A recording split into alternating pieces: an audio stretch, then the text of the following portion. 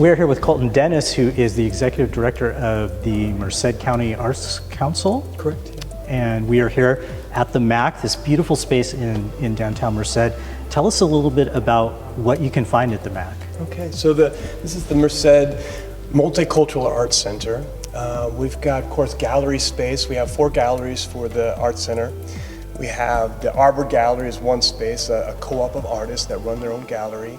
We have a black box theater space, which right now we're doing, you can see right here, Let the Right One In. So we have lecture series, we have concerts, we have theatrical productions there. This is a 3-story building, 28,000 square feet. We have right now going on the Enrichment Center program, adults with disabilities. They do visual and performing arts. We have ballet that happens here, rehearsals going on all the time. Matter of fact, this just opened, but we have another group, Phoenix Creative Collective, who are doing Rocky Horror Show. They're rehearsing it here, but performing it down at the Merced Theater just before Halloween and on Halloween night. And we have writers group that comes in here, a ukulele group. We have all kinds of artists that do workshops, classes. We have our after-school program. With the Merced County Arts Council, we have our archery program, getting teachers teaching artists out to the campuses throughout Merced County. So that way, we make sure that arts are accessible wherever possible.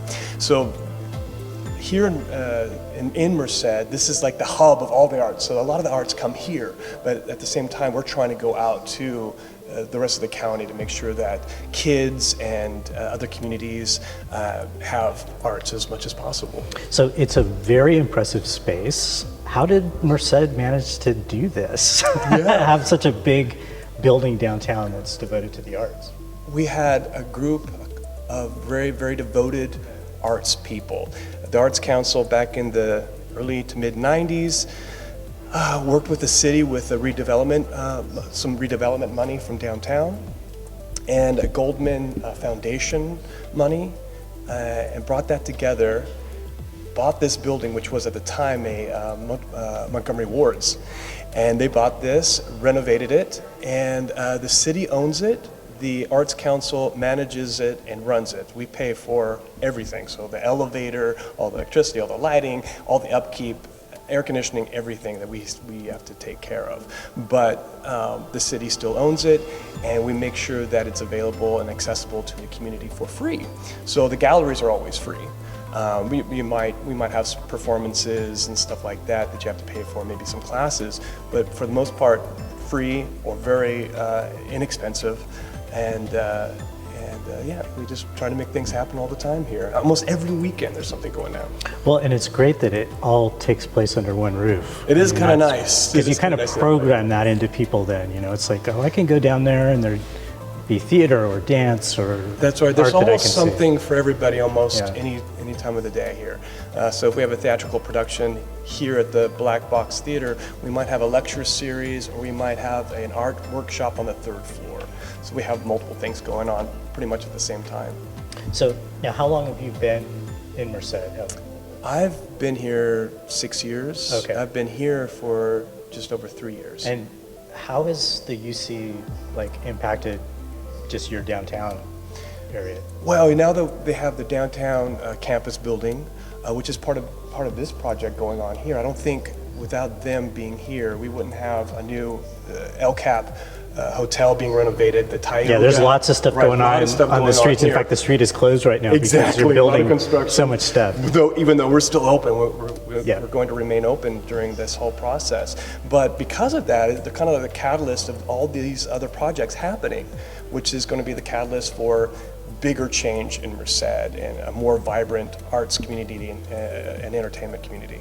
So we are here this afternoon with Richard Gomez, who is an art professor at UC Merced and whose students have contributed an altar to this wonderful Dia de los Muertos show at the MAC.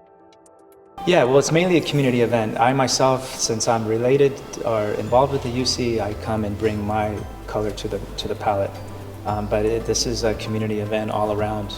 Most everything here is from the community, but my involvement is as a participating artist and as a professor to include my students to further engage them with the community.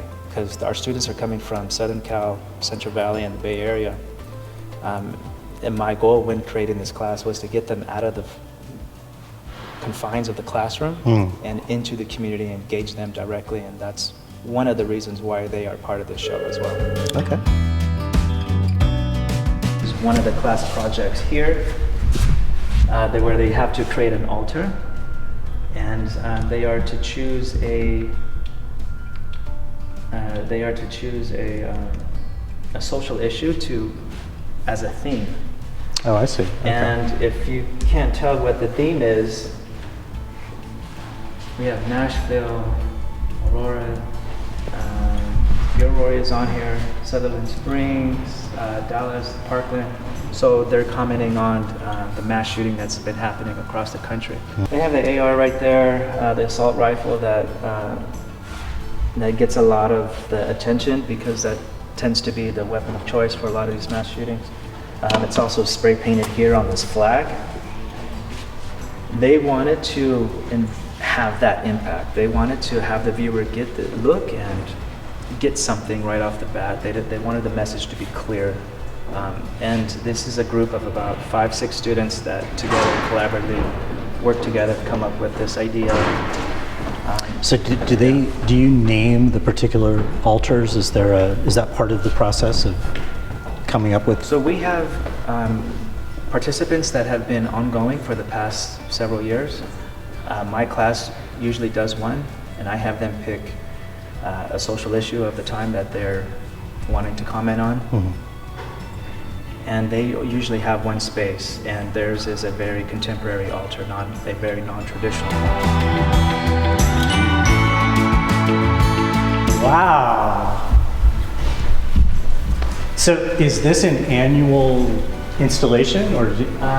This is her second year here. Last year she was actually installed in Artes Americas in Fresno. Okay. So she's toured. That's the valley great. Here and there, and then because it's our 20th, we brought her back. I love how the arm just extends down. That's a great. Yeah. So I teach effect. figure drawing as well, and so the pose is really important for me. Yeah. So this is myself and our curator of the show. We made this in my studio. Oh, I see. So it's myself and another artist, Charles Perez. And this is all from scratch. We have various elements here, recycled materials. For example, those eyes are tuna fish cans that I kind of hammered out and turned into an eye socket. And it's all, what do you call it, wrap, gesso wrap, or back like what they used to make casts out of. So plaster wrap. Is this modeled after a particular person, or does she have a name, or? We call her Katrina Azteca because of her outfit. Okay. And we had actually a UC Merced alum from LA who graduated from UC Merced and stayed here. She's our fashion designer, and she made that outfit from scratch. Oh, I see. And how long does this show go for? It is up until November 9th, I believe. And just tell us really quickly, what is your celebration night like? Yes, what the time does that celebration- start? And November 2nd, which is on Day of the Dead. We have a full lineup, including an award ceremony for Ruben Sanchez. We're going to be visited by our congressman, our assemblyman, and our Ana Caballero going to be here as well with Adam Gray. But we have live face painting, we have a bunch of people out, live music, and it's fun. So come and check us out. it sounds like a great time. Yes. Well, thank you.